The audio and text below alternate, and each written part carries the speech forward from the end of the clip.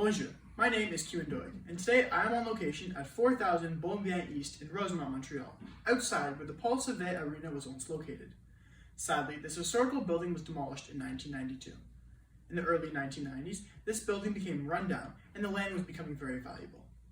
Today, as you can see, it is now a housing complex and there is no trace of the arena's presence. Where this arena once stood was once home to some of Quebec's greatest political and Canada's most important moments in history. 40 years ago today, on May 20th, 1980, Parti Québécois Premier René Lévesque called a referendum seeking a mandate for Quebecers to separate from the rest of Canada. He wanted Quebec's sovereignty.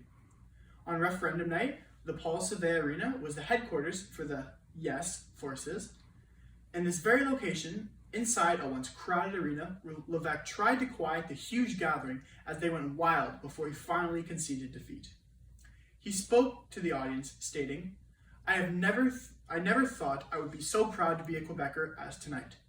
Lévesque declared the audience numbered in the thousands and chanted, Le Québec aux Québécois.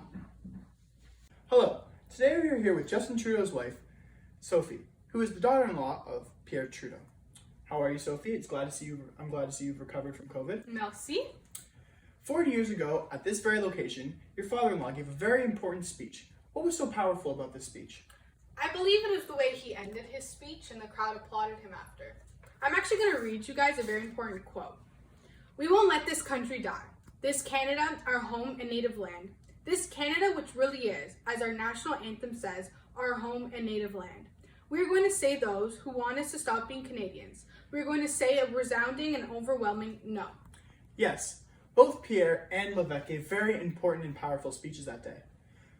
Lévesque's 1976 election campaign was actually very directed towards the French separating and becoming their standalone country.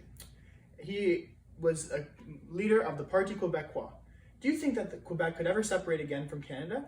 I believe at this time this was the best chance they ever had, and seeing as it though did not happen, I believe it will never happen again.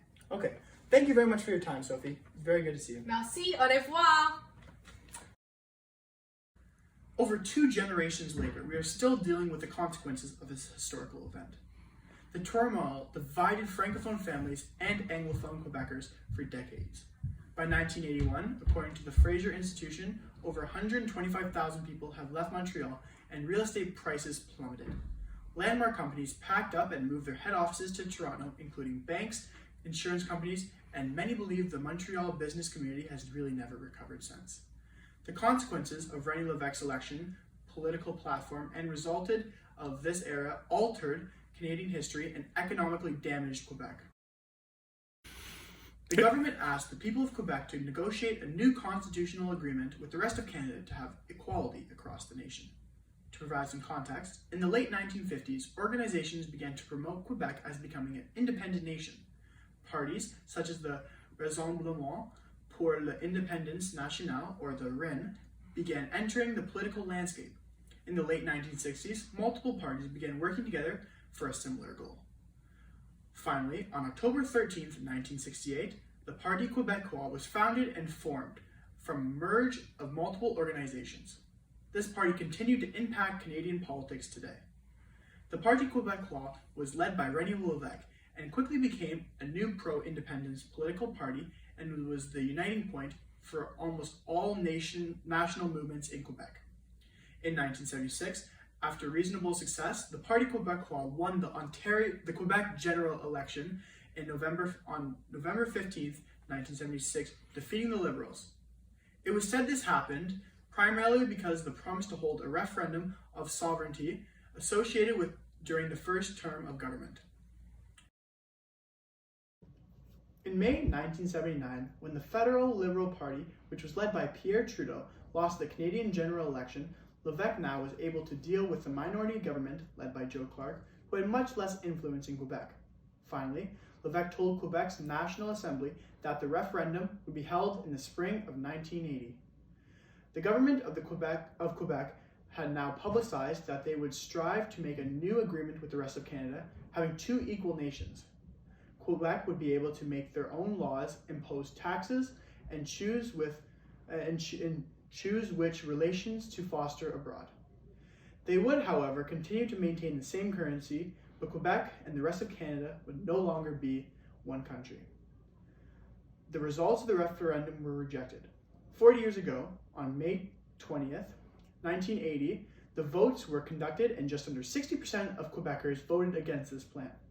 If they had have won, another referendum would have followed to negotiate the details, but the plan was rejected. The 1980 referendum left a permanent mark on Canadian politics. In the following days, the Parti Québécois reaffirmed that sovereignty was still the best option for Quebec, and they would not stop trying until they obtained it. In a speech René Lévesque gave on the night after the referendum, he stated, "If I have understood you correctly, you're telling us until next time." The aftermath of the referendum negotiations continued to take place between the federal government and 10 provincial governments to patriate the Canadian Constitution.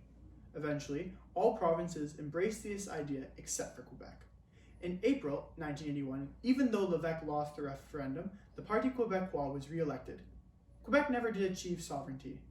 On that day, in May 1980, Lévesque solemnly reiterated his campaign pledge that sovereignty would be achieved, quote, "only by a clear majority in a referendum as we have promised."